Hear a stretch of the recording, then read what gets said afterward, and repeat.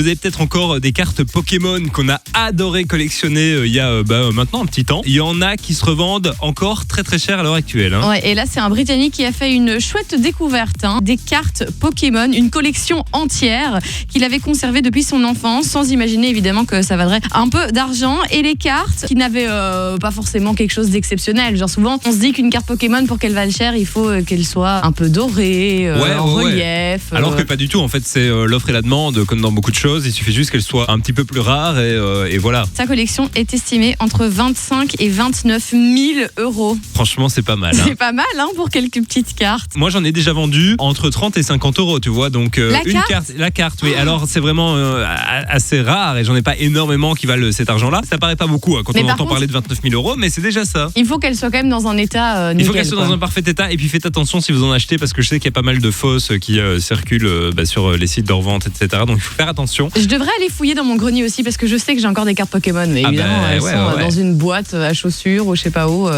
Que ta mère a peut-être jeté un jour en rangeant la maison.